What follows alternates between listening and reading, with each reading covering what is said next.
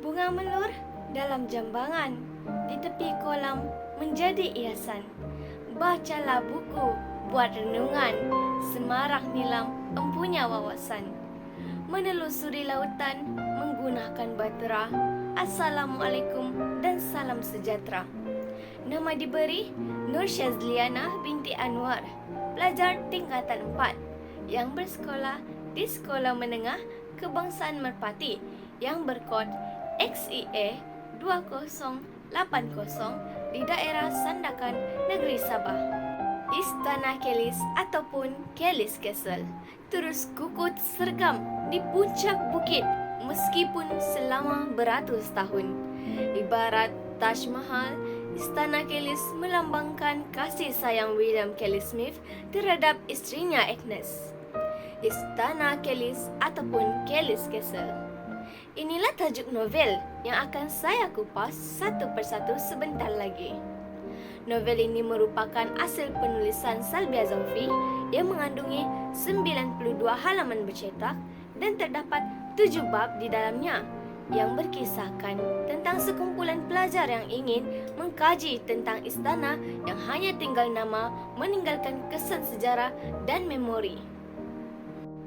Buku ini menggabungkan dua jalan cerita yang berbeza dari segi masa yang mengisahkan tentang perjalanan Isham dan rakan-rakannya iaitu Rauf dan Zikri yang mengunjungi Istana Kelis untuk melakukan kajian pada tahun 2014, sekaligus menceritakan kisah perjuangan William Kelly Smith yang menghadapi kesukaran dalam membina rumah idaman untuk isteri tercintanya pada tahun 1904.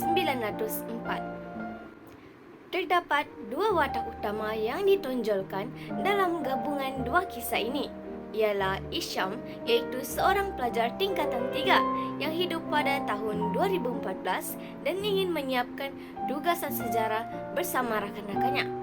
Seterusnya, William Kelly Smith yang hidup pada tahun 1904 ketika Perang Dunia Pertama akan tercetus dan membuat pembinaan Istana Kelis terbengkalai. Meskipun novel ini menggabungkan dua garis masa yang berbeza, hal ini tidak dapat dinafikan lagi bahwa buku karya Salbia Zaufi ini mampu menarik perhatian masyarakat serta diri saya sendiri.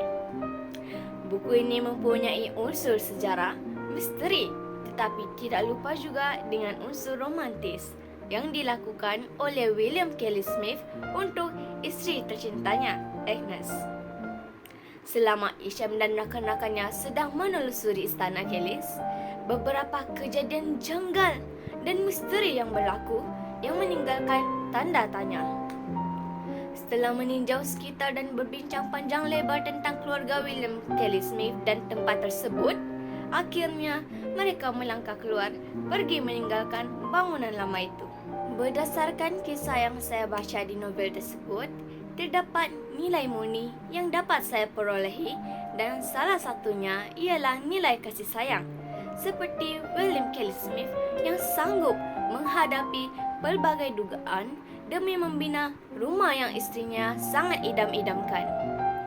Selain itu, nilai kegigihan yang merujuk kepada kegigihan Isham dan rakan-rakannya yang bersungguh-sungguh dalam menyelidiki kisah silam Istana Kelis, walaupun telah beberapa kali mengalami peristiwa pelik. Kita juga dapat memperoleh pengajaran dari kisah ini, seperti gigih apabila melakukan sesuatu tugasan. Isham dan rakan-rakannya yang gigih dalam menyiapkan tugasan sejarahnya, serta William Kelly Smith yang berusaha untuk meneruskan pembinaan Istana Kelis hingga akhir hayatnya, meskipun pada masa itu tercetusnya Perang Dunia Pertama dan mengakibatkan kemelesetan ekonomi dan pembinaan tersebut tidak dapat diteruskan lagi.